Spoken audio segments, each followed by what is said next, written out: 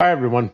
I want to make a video to respond to a couple of friends of mine and also a couple of other viewers who left some comments or emailed me. And the first thing I want to mention is somebody had suggested to me, what if Forrest hired somebody that usually watches over these campgrounds, probably once a month or so. Maybe he had them check in on the chest. And my answer to that is, yeah, I mean, I thought about that. They probably live in Lovell, which would be the closest place. But I really didn't want to talk about things like that. I don't know. And Forrest could have done that regardless of where he hit it.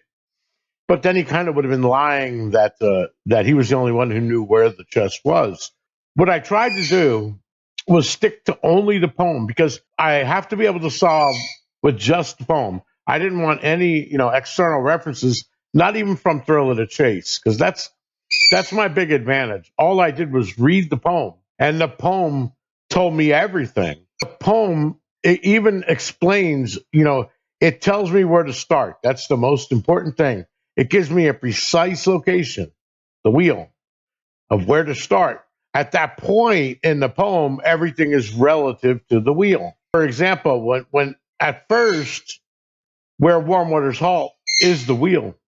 And that was one of the reasons why everybody kind of laughed at Sam Smith and said, "No, what are you crazy? Warm waters halt can't be where there's no water." And Sam said, "You're wrong, and use your imagination." What he was talking about were the Carns. Like I said, if you go online, there's a map and it explains everything to you. So it's extremely simple. The only Carn that points to water is D, and the first place it points to is Five Springs Basin. The E Cairn is similar to him and Donnie looking for Lewis and Clark. They were lost. They were in the woods near the top of a mountain. He used mountain man wisdom. He looked to the east, found out where the sun rose. Then he looked south and he said, "Oh, there's a big mountain there. I can't get across that mountain." So we decided to follow the nearest stream down. Okay. So you can imagine them here with their horses. And they went down and they went down and they went down to the point where only water can get through.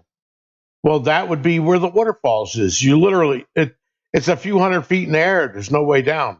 You couldn't get past there. So he mentions in that story, I can see where we wanted to go, but we couldn't get there. So we had to backtrack up. And then eventually they found a Forest Service road that led us back down to where we wanted to go. And that's exactly what the poem is doing. It gets you here, which is the most important thing. That's the first omega. You're going through the poem, and all of the clues are referring to the wheel alone. Then, now that you know you're at the wheel, you simply read the poem again, and it's extremely straightforward.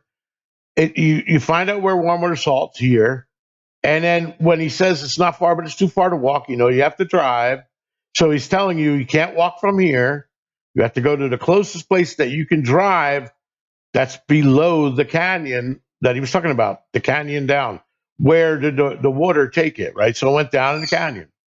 So if you follow the sun, just like he did with Mountain Man Wisdom, it takes you right to that point. So, not far, but too far to walk. You're following it down. You're taking it in the canyon down. And then you're following the sun right up to the point of intersection. And he wanted to get you here because when you get to the falls, him and Donnie couldn't come down. So what he did is he took you up from the bottom. It doesn't get any more straightforward than this. So that is what had me sold on it. But I wanted to not mention anything in the Thrill of the Chase because you don't need that book to solve this. So here we follow the sun to the basin where the warm waters halted, created Five Springs Creek. And you know how many times he hints to 5 cents, Wimpy burgers, so on and so forth, nickels. Well, here we are. We're at Five Springs, right? So Five Springs Creek, the first canyon the sun hits is Five Springs Canyon, goes over Five Springs Falls into Five Springs Lower Campground, and then it comes down into Five Springs Road, and then it goes to the canyon, the Rainbow Canyon. Just like he said, the poem will take you to the end of my rainbow and the treasure. That's exactly what it did. It doesn't get any more straightforward than this. I didn't use any ciphers. I didn't substitute any words. I didn't remove any punctuation, didn't remove any spaces. All I did was what the poem told me to do. The poem told me to slide each line, not only to tell me to slide the line, but it said which letter to choose from which word. It's all there in the poem. And then if you use the rhyme scheme, it tells you that the key word is treasures, because that's the title to the gold the first time you read the poem after you came up cold because you failed. You didn't find a chest. The only thing you did is find a starting location. So now you're in T.S. Eliot's shoes. You're going to arrive at the place where you started and know it for the very first time. That's exactly what Forrest Fenn was talking about. And the reason why I didn't go over hints is because I don't want to use them for my solve. And that's my point to everybody that's in Yellowstone. None of them have a solve that's based only on a poem. Just for the heck of it, now that this is over, I'm talking to you guys and I'm going to start mentioning a lot of the hints. Like I said, the first hint that I'm here is the one that I just told you with looking for Lewis and Clark. The second hint is row 4, block 23. That's this block. That's where you park when you go to the wheel. In Texas, row 4, block 23 is where his parents and Skippy are buried. So that's one hint right there. And then we got Bald Mountain. And you know what? Like I just said before, there is no water where warm waters halts initially on the first pass. The second pass and use the poem, of course, there is. It takes you to the basin, which is where waters halt. Plural. This water is defined as warm in the state of Wyoming. It's in the document. I showed you that. It's funny because you take, let's say, K-Pro, for example. Apparently, Forrest Fenn asked her about dipping your toe in warm water salt. He knew they were trying to get hints out of him. So he basically just fed him a bunch of BS, right? Because your toes don't dip in warm water salt. However, he also threw him a hint, but they didn't realize it. And I don't have it turned on my map right now, but you guys can look this up online. There's a place called Dipping Vat Springs. Dipping space VAT space springs. It's a hot spring. You know where it is? Right here. It's somewhere right over here. So he kind of was throwing a hint there. Dipping your toe. Well, you could dip your toes there, right? I already told you the hint about Dayton and Kane. This whole basin was a huge place for cattle. Right over here was the guy who owned most of them. He had the largest herd of cattle. And they dammed this up. It caused a flood down here. And this town, Kane, which used to be on the railroad tracks, was a major town back in the 1930s. They even had, banks, everything there. And they used to have a ferry to take people across because, of course, there was no highway, no bridge here. You would take the ferry, and people would bring cattle across the ferry. Eventually, when this town flooded, of course, we got a bridge put in there. But when Forrest was a kid, this was actually a hopping town, right? The guy who ran the cattle was the one who created Kane and also Lovell, I believe. All right. So that's more hints. And then I already told you about the Spiro Wigwam.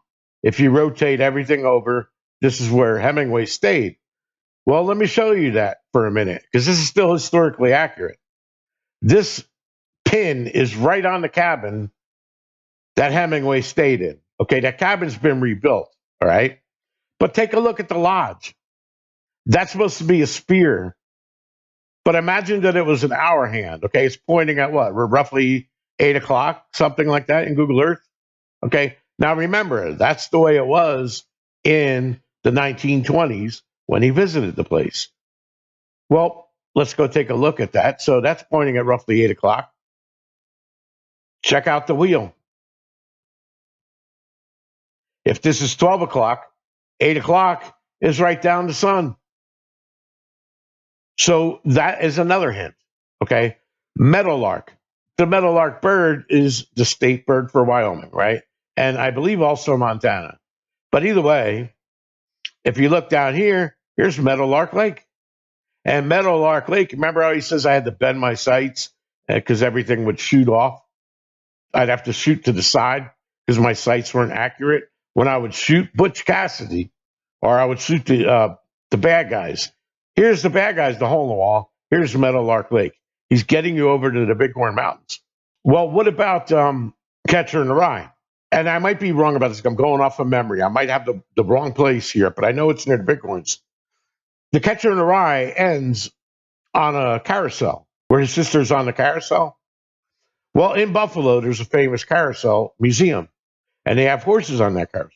One of the horses, actually, that's on the display there, my understanding is it came from Long Island.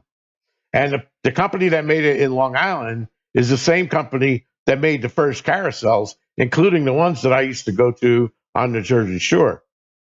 So that was a hint to Buffalo, and they have ice cream there. There's other things that it's famous for. There's a lot of hints. I don't want to go over them all, but I just want to toss you a few so that you guys can mess around with it. This is the Crow Reservation in yellow. This is the Wind River Reservation. So we're sandwiched between two of the tribes that are represented by the wheel. And again, there's 3 Indians on that bench that represent all 81 tribes. And then, of course, the schoolhouse. This one I already told you about. This is the one-room schoolhouse. If you remember, Forrest Fenn said, when the teacher wasn't looking, I jumped out the window. I slid down the iron fire escape. It turned the tail of my pants brown. Anyway, he would look out the window and he seen freedom. He would jump out that window, slide down that rail and run. Well, where was he running to? Here. So you guys like to talk about trout fishing.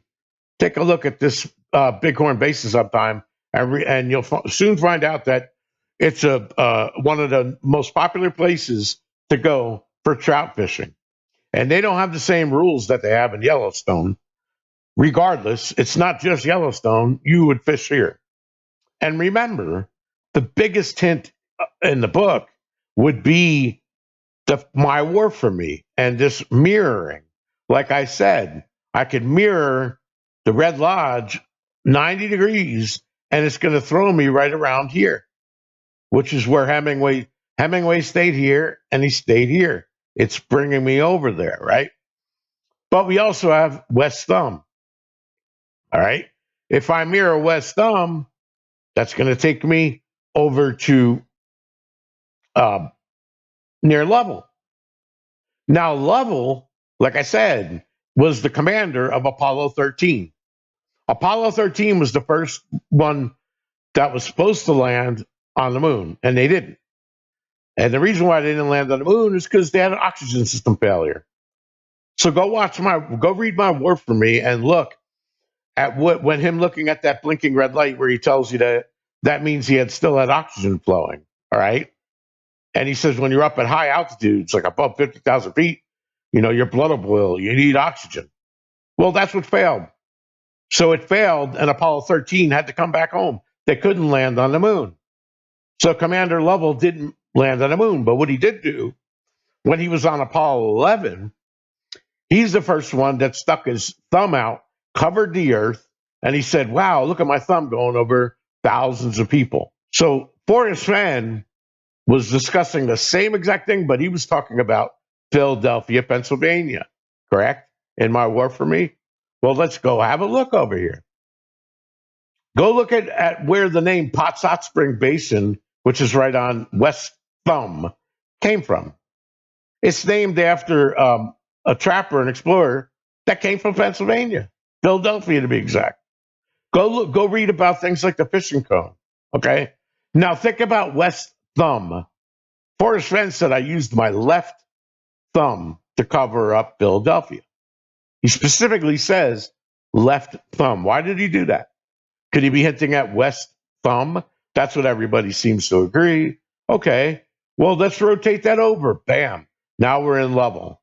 Now we have a real association with the astronaut, which, by the way, talking about Canopy of Stars, astronauts, Dr. Edie, that's the whole purpose of the wheel.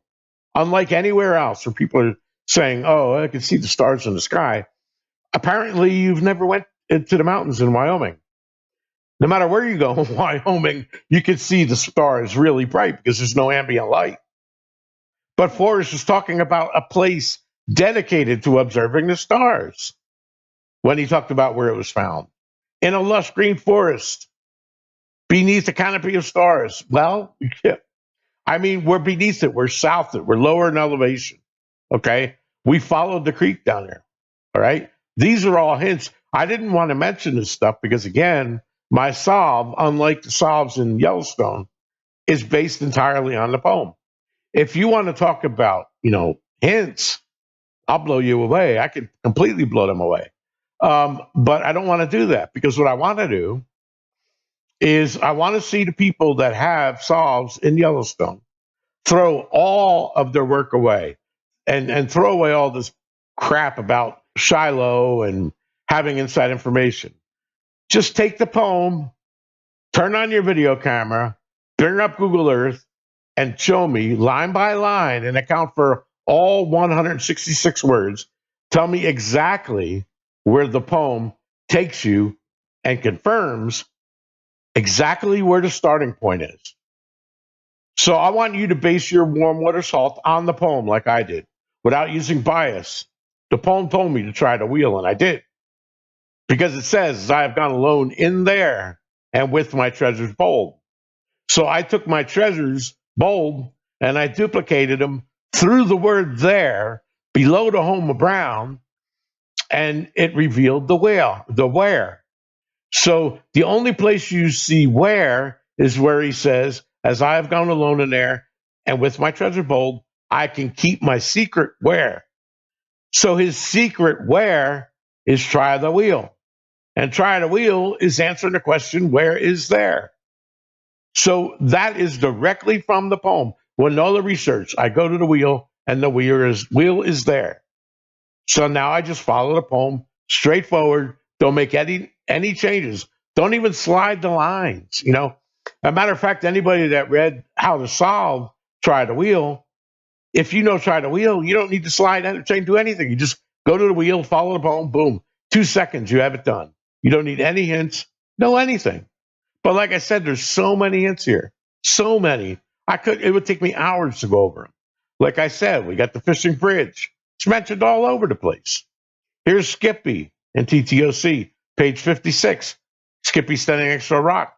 That was taken at the Upper Falls. Bam. Grebe Lake, Coast Chauncey. Where is that from? Too far to walk. The Gardner River, ring any bells? Obsidian Creek is at the intersection here of that. Okay. Swing all this stuff over, you'll find a corresponding place. Hebgen Lake. Okay. Red Canyon. We went up Red Canyon. We went into the mountains through the dells, over this, that, and they went around. So yeah, they probably did take that trip, but you got to remember he rotates everything. So he wasn't directing you here. Well, we know that now because the chest was not in Montana, it was in Wyoming. So, but what's he really talking about? Well, he's telling you to read that story, but think about your solution to the poem. And that's where I look there, I seen the sun, look south, blah, blah, blah, blah, blah. And that's how he said the hints will not take you to the chest, but to help you solve the clues. Well, there's a perfect example of it. So I got my solve without using any of the hints or anything like that. So now I'm on the map. I found the location. I'm done. I can sit here and go through the book and find hundreds of hints. And that's the way you're supposed to do it. You're not supposed to go over Forrest Fenn's house and talk to Zoe or talk to Shiloh and beg him or beg Forrest or, constantly harass the man, harass people, harass Jack, why don't you just take the poem and solve it? It's so easy, right? Solve it, That's all you got to do to find out that your solve is wrong. That was in Yellowstone Park. Hey, it's a hard pill to swallow, but you kind of earned that tough pill because you're coming up with a solve that's based on nonsense and nothing. If the poem is that easy to solve, do it. Take the poem out, crank up your camera, and show us your expertise. But you got to do so without knowing that Forrest Fenn spent any time in Yellowstone. You got to do so without anything in the book. You don't know he was an Air Force pilot. You don't know he liked fishing. You don't know he stayed here. Heck, you don't even know how old he is. The only thing you know now is that it was in the state of Wyoming. So you got a very big hint, but I want you to prove to me, forget about the fact that we know it's in Wyoming. Where does the poem show you that it was in Wyoming? Explain that to me. How did you pinpoint a precise location where warm water salt? How did you, how did you follow the poem? How does the English read in the poem?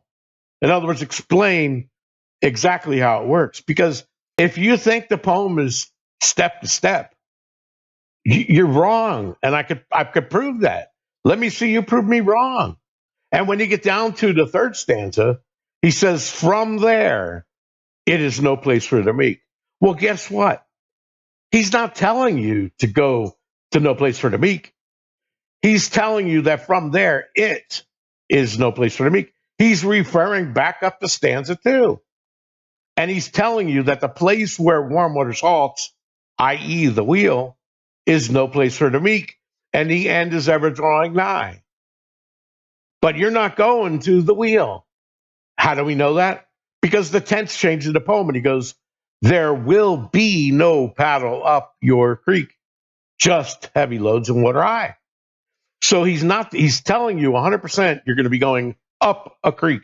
But he's telling you you're not going to paddle up that creek. But we still know we're going up the creek. He said there will be no paddle up your creek, just heavy loads. So if there's no paddle, and we're not going up there, we're at the drive. And we're driving to a location that is heavy loads and water high, which is the description of the sign at the crossroads that takes you to the campground. You see what I mean? So the poem is so easy. All he's doing is he's telling you he's telling you where the wheel is. You go there, and then down in stanza three, he's telling you you came from the wheel, and you're going up the creek to heavy loads and water high. That's it. Poem's done. The very next line. If you've been wise and found the blaze, look quickly down your quest to cease. You're done. You've solved all 9 clues. You followed the sun back up into the canyon that he told you to come in from at the bottom.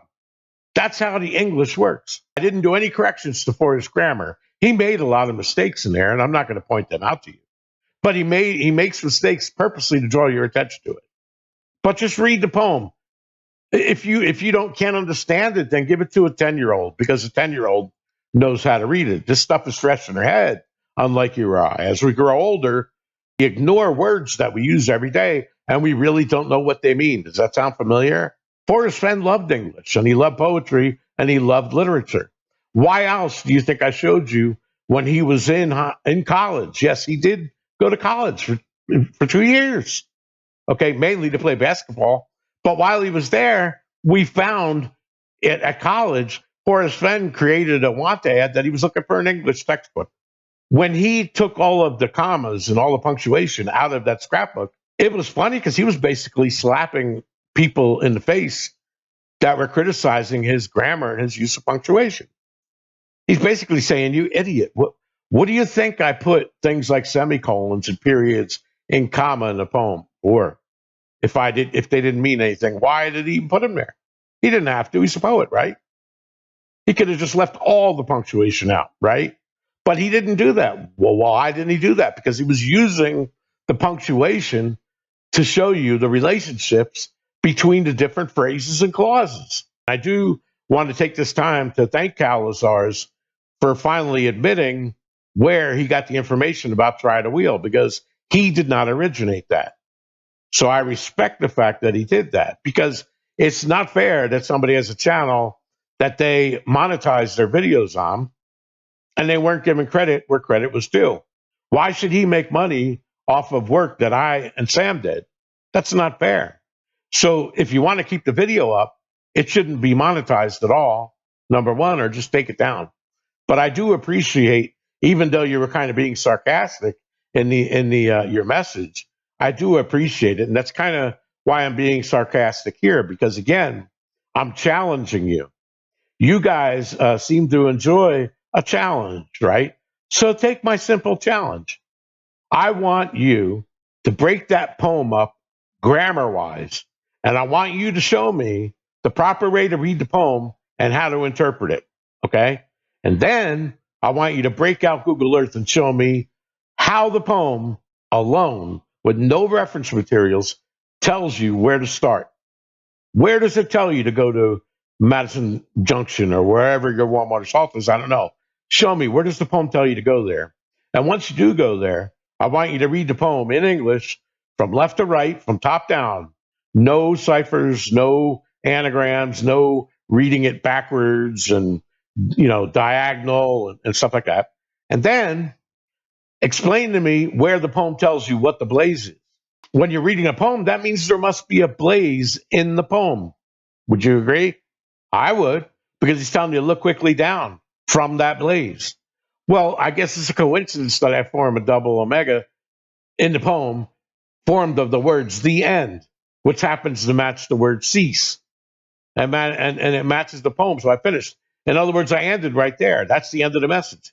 Try the wheel. It's the WY part is not even part of it. The reason why I put stuff like that in my content is like my father was smart. Now, my father taught me, just like Forrest Fenn's father, only give out 85% of the truth. Keep the other 15 to yourself.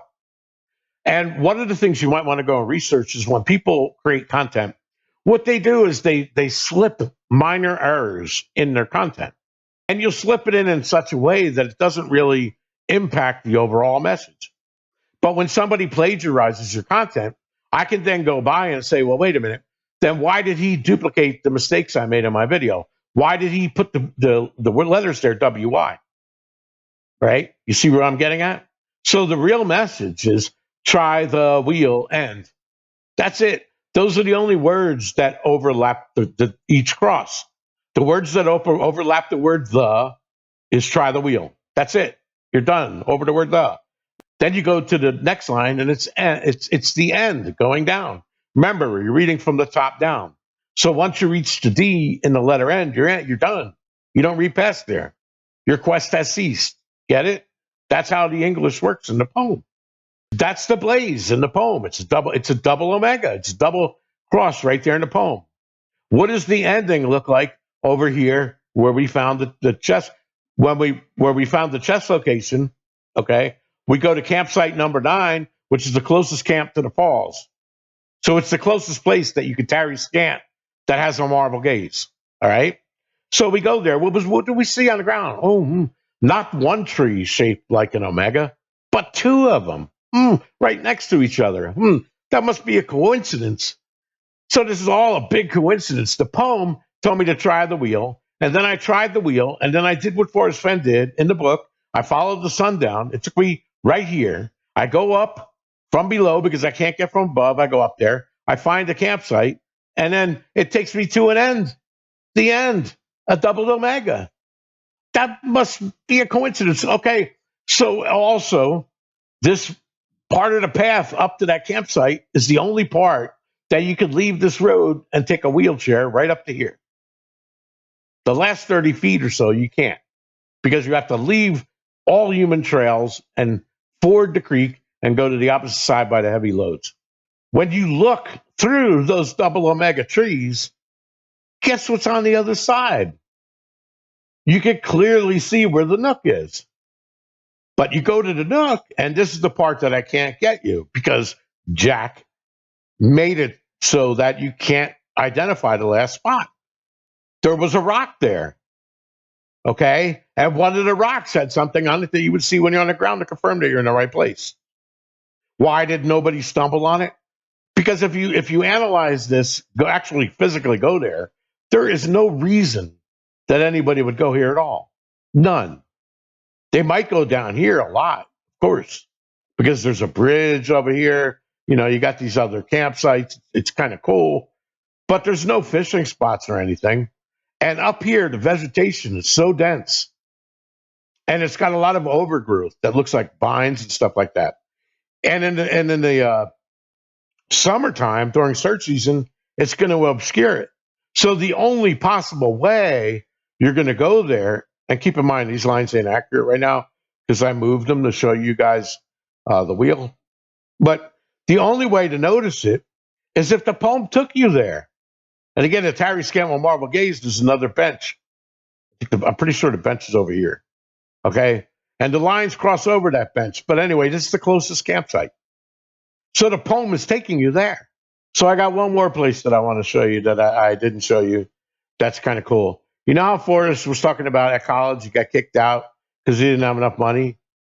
So he ran and he started crying, and he was in the field that there was cattle there, and he's talking about the cows, and he had to crawl underneath the fence to get out, and he did the pickup truck and all of that. Well, here you go. See this? Guess what's there? Cattle. Not all the time, but rangers, that pay for a license can come here and bring their cattle and let their cattle roam. So there you go. That's where the cattle go.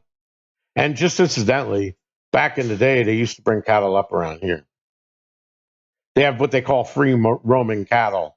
And I seen a lot of that when I was working on my saw back in Du Bois, because they would bring cattle up Union Pass over here by Warm Springs. So anyway, that's my challenge to you guys. Go ahead. Let me see you do that with the poem. Show me how it reads and how it works, because apparently I'm doing that wrong.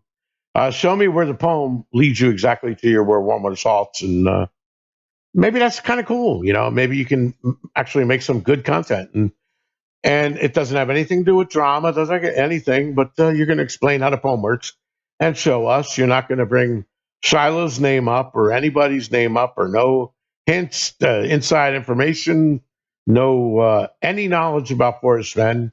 You could disregard that. Just show us your brilliance, And instead of baffling us with bullshit, are you willing to accept my challenge? It's kind of like a duel of sorts. Let's do it up. Meanwhile, if you guys have any more hints, you could post them below. If you like this, please click subscribe. Please click like. Maybe I'll do another video, or do actually a video about nothing but the hints. But seriously, that would be long. There are so many of them. It's just unreal. I would rather focus on the ones that are not in the book and there are no hints, and it just works with the poem. But I think I've done that, and I've done it tired, and now I'm weak. You know. So yeah, suffer. Swallow that tough pill and actually show us, how it all works. Later, folks. Peace.